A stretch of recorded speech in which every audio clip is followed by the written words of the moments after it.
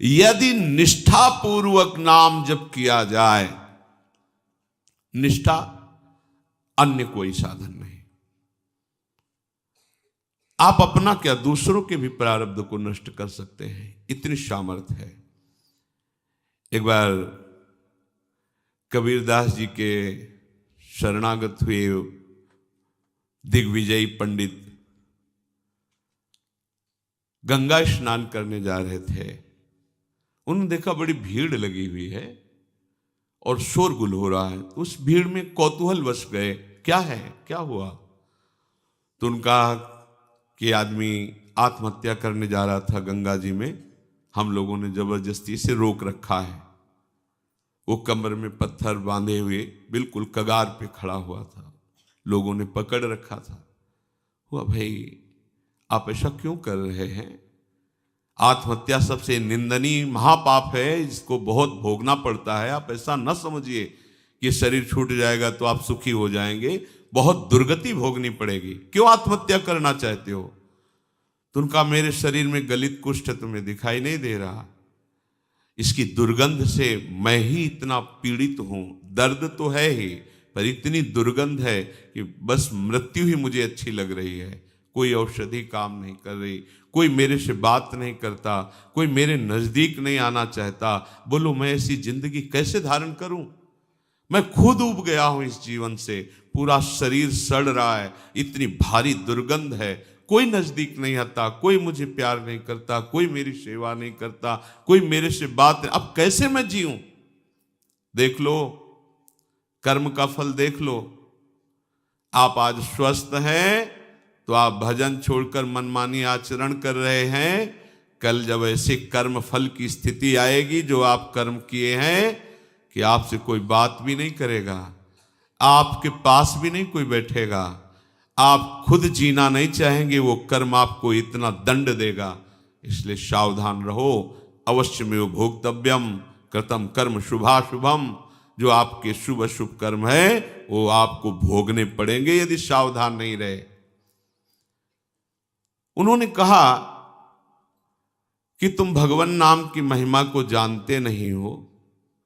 यदि नाम महिमा जानते तो तुम आत्महत्या करने के लिए न जाते।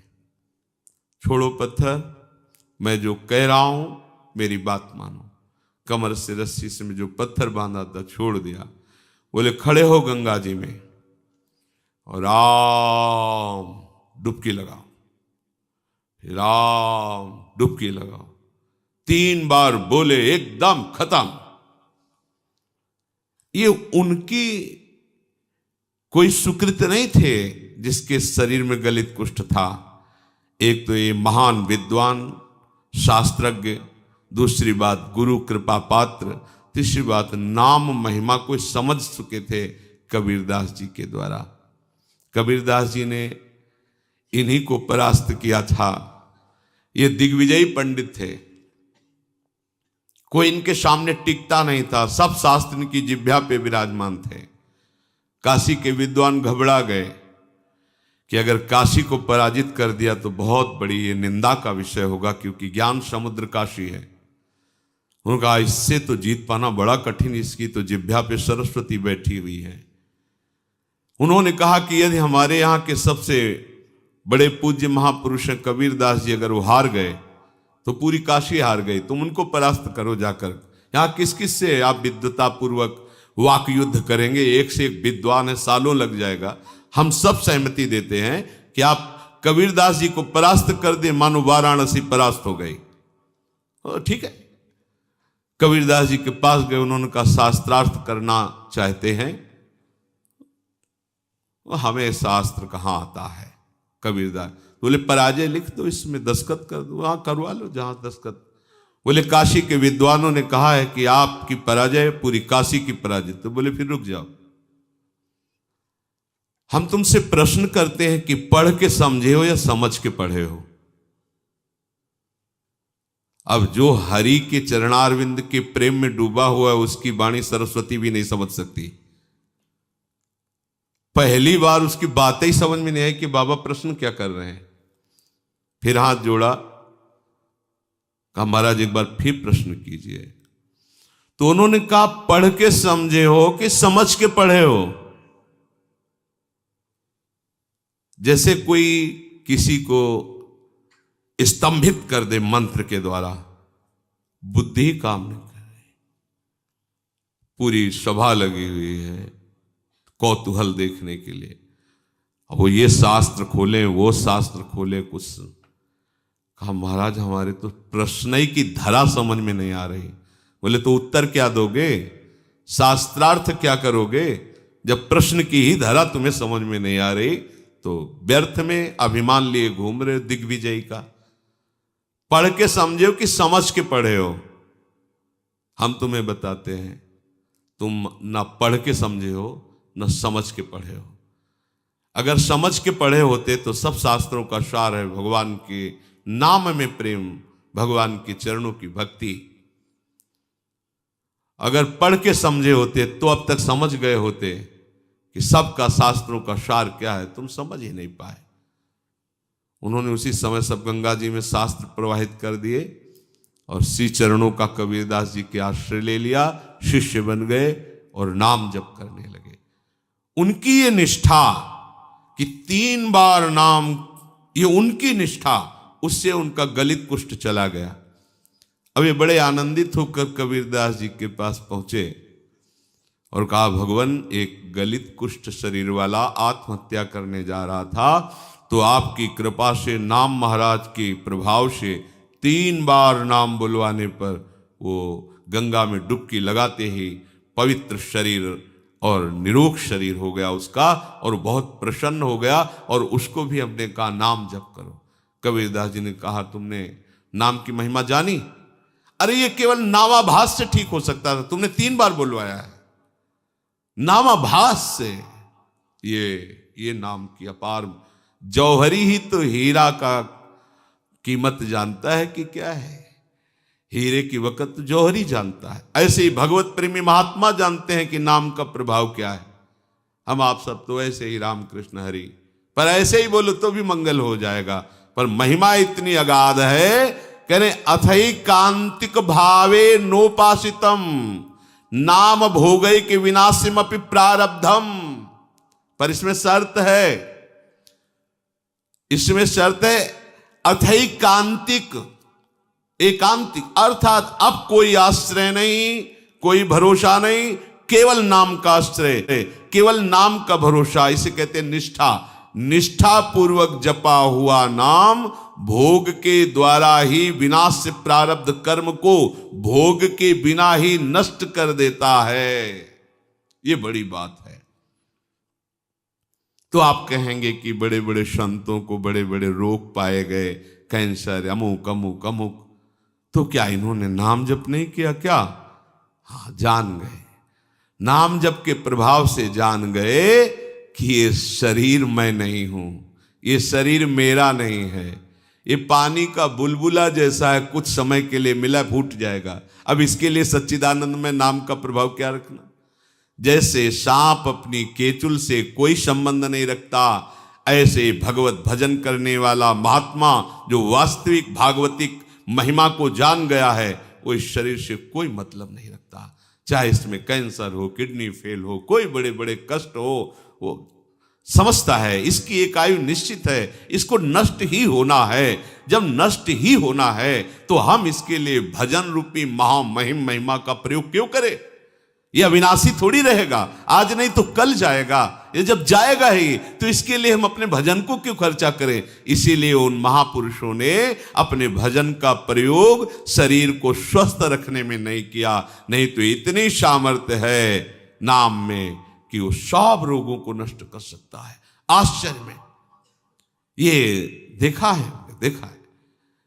वो रोज सुबह आ जाता था, गले में कैंसर था, गांव का आदमी था, सरकार बहुत पीड़ा है, पैसा नहीं है, डॉक्टर कहते हैं लाखों रुपया लगेगा ऑपरेशन इसमें। वो तभी आता है, वो उनका समय था, बम्बुल की दतून करते थे, घंटों ऐसे भाव में डूबे। ऐसे चेतना एक दिन थूक दिया, रोज परेशान कर, चल भाग, खत्म कैंसर। और जब उन्हीं के शरीर में प्रारब्ध भोग आया तो उन्होंने कष्ट को सहा, कभी अपने प्रारब्ध को नष्ट। आश्चर्य में बड़े बड़े रोगों को उनकी कृपा से नष्ट होते देखा, पर उनके शरीर में जब रोग आए कभी नहीं। ऐसे ही सांसारिक पुरुष जैसी उन्होंने दवाएं ली और जैसी शल्य क्रिया सांसारिक पुरुषों के शरीरों में होती वैसे करवाई, कभी कोई अपने भजन का प्रयोग नहीं किया। ये महापुरुष, कोई समझ नहीं सकता इन महापुरुषों की बात को। दूसरों के कष्टों को लेकर सह करके शरीर में उनको नष्ट नहीं किया, भजन के प्रताप से नष्ट नहीं किया, उनको अपने में ले लिया, जा तो आगे अपना मार्ग देख। और उनके शरीर का राग है नहीं, इसलिए उसे सहते रहते हैं। चाहे जितने बड़े महापुरुष आप दृष्टि डाल के देखो, भयानक भयानक कष्टों को मुस्कुराते हुए सह गए।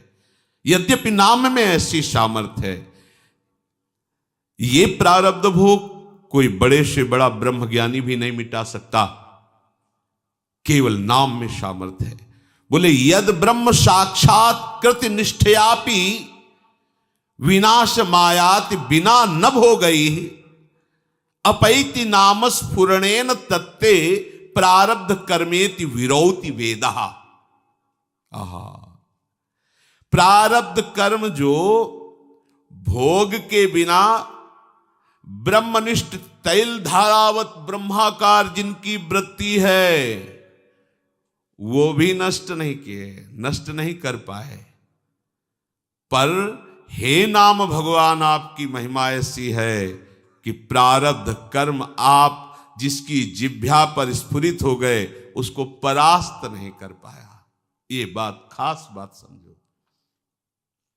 रोग मिट जाना खास बात नहीं है, नाम के प्रभाव से रोग होते हुए भी रोग का प्रभाव न होना ये खास बात है। नहीं पता चले कि अमुक रोग हो गया तो आपका मन उसी में लग जाएगा, निराश हो जाएगा, चेहरा छिन्न खिन्न होने लगेगा, अरे अब तो ऐसा नहीं। जब जाना है तब जाएगा, जब तक है इस शरीर में खूब आनंद पूर्वक नाम कीर्तन भगवत चिंतन, बिल्कुल प्रतिपल नया ऐसा उल्लास कि इस प्रकृति जन्य किसी पद प्रतिष्ठा की प्राप्ति पे वो उल्लास होता ही नहीं जो भक्त के हृदय में होता है। आप समझिए, ये नाम भगवान ऐसा आनंद उत्पन्न करते हैं, ऐसा उत्साह उत्पन्न करते हैं, जैसे किसी का ब्याह होना हो, फिर देखो ना पुल का घूमता है, पर वो तो प्रकृति जन्य कुछ क्षण के लिए हर्ष है, फिर शोक में बदल जाएगा। ऐसे अनंत गुना बड़ा आनंद, बड़ी पुलकन उस उपासक के हृदय में होती है जिसे अपने प्रीतम के मिलन की चाह पैदा कर दी है नाम ने। एक शरीर क्या, अगर करोड़ों प्राण करोड़ों शरीर हो तो अपने प्यारे पर न्यौछावर कर दे। ये प्रेम नाम प्रदान करता है। जिह्वा पर नाम स्फुरण होने मात्र से प्रारब्ध क्षीण हो जाता है। इस बात को बड़े बड़े महापुरुषों ने वेद में उच्च स्वर से कहा गया है। ब्रह्म विद्या के साक्षात्कार से संचित कर्मों का नाश हो जाता है और क्रियमाण कर्मों का नाश हो जाता है, किंतु प्रारब्ध कर्म को बिना भोगे वो ज्ञानी भी नहीं बच सकते, शरीर में भोगना पड़ता है। पर यदि भक्त चाहे जो नाम जप करता है वो बिना भोगे प्रारब्ध को नष्ट कर सकता है। जितना चाहे उतना भोगे, जितना चाहे, ना चाहे तो बिल्कुल नहीं। वो पूज्य श्रीधर बाबा के जब चरण सेवा करने रात्रि में जाते थे तो एक बार उन्होंने सुनाया था कि राधा कुंड की संत भगवान एक सेवा करते थे, सोहनी लगाते पूरे राधा कुंड में, कोई थूक दिया, कोई कुछ ऐसे उठा के साफ करते थे, भिक्षावृत्ति से खूब नाम जप करते थे। एक दिन उनके सामने एक काला आदमी आया जो दुर्गंध युक्त था। बाबा भजन में बैठे थे, राधा कुंड का दर्शन करते हुए भजन कर, क्या बात है, क्यों खड़ा है? तो उनका आप हमसे बोले तो हमारी बोलने की हिम्मत पड़ी, मैं आपका बुरा प्रारब्ध हूं कई जन्मों का हूं, तो क्या चाहते हो? ये हमसे आपसे नहीं पूछा जाएगा, ये उन भजनानंदियों की बात है जिनका जीवन परम धन से युक्त हो चुका है, जो भजन के महाधनी हैं, जो पवित्र हृदय वाले पूर्ण भगवत चरणारविंद के आश्रित जन हैं। प्रारब्ध निका में 12 वर्ष का गलित कुष्ठ हूं, आपके शरीर पर आना चाहता हूं, आप आदेश कीजिए। बाबा ने कहा हमारे पास 12 वर्ष नहीं कि हम तुम्हें लेके बैठे, रोज हमें राधा कुंड की सेवा करनी है और हमारी एक नियम निष्ठा है, ऐसा नहीं हो पाएगा। दूसरे दिन फिर आया और कहा कि दिन रात्रि जोड़ करके 6 वर्ष में हम भुगता देंगे, आप स्वीकार करो। 6 वर्ष बहुत होते हैं, हमारे पास समय नहीं। बात चलती रही, फिर उसने कहा अगर आप स्वीकार करें तो 24 घंटे में आपको 12 वर्ष का प्रारब्ध भोग भुगवा दें, पर आप कोई औषधि नहीं लेंगे, किसी शिष्य की सहायता नहीं लेंगे और हमारे स्वीकार करेंगे। बाबा ने कहा 24 घंटे तो ठीक है, हम सुबह सुबह राधा कुंड की सेवा करके एक कमरे में बैठ जाएंगे, आप हमारे ऊपर आ जाना, दूसरे सुबह फिर हम सेवा में आ जाएंगे, हमारी सेवा नहीं छूटेगी। चलो ठीक है। अपने शिष्यों से कहा कि आज मैं कितना भी चीखूं चिल्लाऊं, कोई हमारे कमरे में मत आना जब तक हम स्वयं खोलकर बाहर ना आवें। और जहां कहा हाँ मैं स्वीकार करता हूं, तत्काल पूरा नख से सिक तक पक गया शरीर, पीप बहने लगा, भीषण पीड़ा। बस वही नाम चिंतन में अपने मन को लगा दिया। 12 वर्ष के गलित कुष्ठ प्रारब्ध को 24 घंटे में भोग कर साफ कर दिया। अगर वो नाक कह देते तो हिम्मत नहीं थी कि प्रारब्ध उनके शरीर में आ जाता। ये देखो नाम बल, नाम में बड़ी। आप क्या समझते नाम जापक हैं, आपको जो रोग आया है, जो कष्ट आया है, बहुत कम करके आया है, बहुत कम करके दुलार पूर्वक प्रभु हमें दे रहे हैं, उसको बहुत सहज सहज ऐसे ही सहज। अगर वो प्रभु से बिलग हो जाओ और फिर देखो इसका तांडव, तो आपको प्रतिपल यही लगेगा मर जाऊं तो अच्छा। सच्ची कहता हूं, प्रतिपल यही लगेगा कि मर जाऊं तो अच्छा। कितना भयानक कष्ट है, आपको अनुभव में आने लगे। लेकिन कैसे बताएं तुम्हें, यदि प्रभु के आश्रित हो तो कैसे दुलार करते हैं। तो जो प्रारब्ध कर्म ब्रह्म विद्या से भी नहीं नष्ट किया जा सकता, वो केवल नाम के द्वारा नष्ट किया जा सकता।